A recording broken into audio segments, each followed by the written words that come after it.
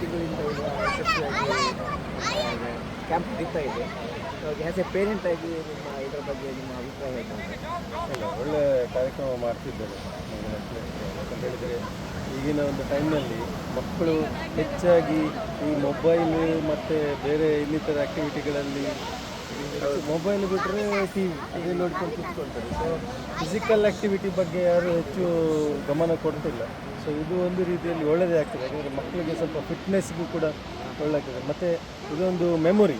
ಯಾಕಂತ ಹೇಳಿದರೆ ನೀವು ರಜೆಯಲ್ಲಿ ನಾವು ಶಾಲೆಯಲ್ಲಿರುವಾಗ ನಮಗೆ ಕೇಳ್ತೀರಿ, ನೀವು ರಜೆಯಲ್ಲಿ ಎಂತ ಮಾಡಿದ್ದೀರಿ ಅದಕ್ಕೆ. ನಾವು ಅದೇ ಅಜ್ಜಿ ಮನೆಗೆ ಹೋದೆವು, ಆಡಿದೆವು, ಅದೇ ಇರ್ತದೆ. ಆದರೆ ಈಗ ಒಂದು ಮಕ್ಕಳಿಗೆ ನಾವು ಇಂಥ ಕ್ಯಾಂಪಿನಲ್ಲಿ ಒಂದು ಇನ್ವಾಲ್ವ್ ಆಗಿದ್ದೇವೆ ಅಂತ ಹೇಳುವಂಥದ್ದು ಒಂದು ಹೆಮ್ಮೆಯಿಂದ ಹೇಳ್ಬೋದು. ಯಾಕಂದರೆ ಮತ್ತು ಬಹುಶಃ ಇದು ಫಸ್ಟ್ ಟೈಮ್ ಮಾಡೋದು ಅಂತ ನಾವು ಇದು ಸುಂದರ್ ಸರ್ ನೇತೃತ್ವದಲ್ಲಿ ಅವರೇ ಇಲ್ಲಿಯ ಮಂಗಳೂರಿನ ಇಂಡಿಯನ್ ಅವರು ಕೋಚ್ ಅವರ ನೇತೃತ್ವದಲ್ಲಿ ಫಸ್ಟ್ ಟೈಮ್, ಅದು ಕೂಡ ನಾವು ಫ್ರೀಯಾಗಿ ಮಾಡ್ತಾ ಇದ್ದೇವೆ. ಎಲ್ಲ ಕಡೆ ಕಮರ್ಷಿಯಲ್ ಆಗಿದೆ. ಅದರ ಬಗ್ಗೆ ಒಂದು ಹೇಳಬೇಕಾದ್ರೆ ನಾವು ಒಂದು ಒಳ್ಳೆ ಶ್ಲಾಘನೀಯ ವಿಷಯ.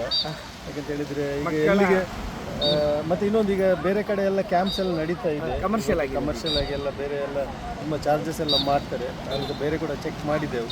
ಈಗ ಸ್ಕೇಟಿಂಗ್ ಇದಾಗಿರ್ಬೋದು ಅಥವಾ ಶಟಲ್ ಇದಾಗಿರ್ಬೋದು, ಕ್ರಿಕೆಟ್ ಇದಾಗಿರ್ಬೋದು, ಬೇರೆ ಕಡೆ ಎಲ್ಲ ನಾವು ಚೆಕ್ ಮಾಡಿದಾಗೆಲ್ಲ 2,000 3,000 5,000 ಎಲ್ಲ ಹೇಳ್ತಾರೆ ಇವಾಗೆಲ್ಲ. ಸೊ ಇನ್ ಬಿಟ್ವೀನ್ ಒಂದು ಮಕ್ಕಳಿಗೆ ಒಂದು ಫ್ರೀಯಾಗಿ ಇದು ಕೊಡುವಂಥದ್ದು ಭಾಳ ಒಂದು ಸ್ನ್ಯಾಕ್ಸ್. ಹೌದು.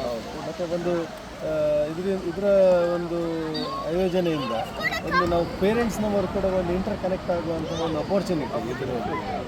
ಮಕ್ಕಳು ಅವರವರು ಕನೆಕ್ಟ್ ಆಗ್ತಾರೆ, ಅದಕ್ಕೆ ಪೇರೆಂಟ್ಸ್ ಇಂಟರ್ ಕನೆಕ್ಟ್ ಆಗೋದು. ಮತ್ತು ಯಾಕಂದರೆ ಇನ್ನು ಮುಂದಿನ ದಿನಗಳಲ್ಲಿ ಇದು ನಡಿಬೇಕು ಅಂತೇಳಿ, ಇನ್ನು ಹೆಚ್ಚು ಕ್ಯಾಂಪ್ಸ್ ನಡಿಬೇಕು. ಮತ್ತು ಅದು ಮಾತ್ರ ಅಲ್ಲದೆ ಈಗ ಒಂದು ಕ್ಯಾಂಪ್ ನಡೆಸುವುದು ಎಷ್ಟು ಕಷ್ಟ ಇದೆ ಅಂತ ಹೇಳಿ ಸಹ ನಮಗೆ ಗೊತ್ತಿದೆ. ಯಾಕಂದರೆ ನಾವು ಸಹ ಬೇರೆ ಸ್ಪೋರ್ಟ್ಸ್ ಆ್ಯಕ್ಟಿವಿಟೀಸ್ ಎಲ್ಲ ನಡೆಸಿದ್ದೇವೆ.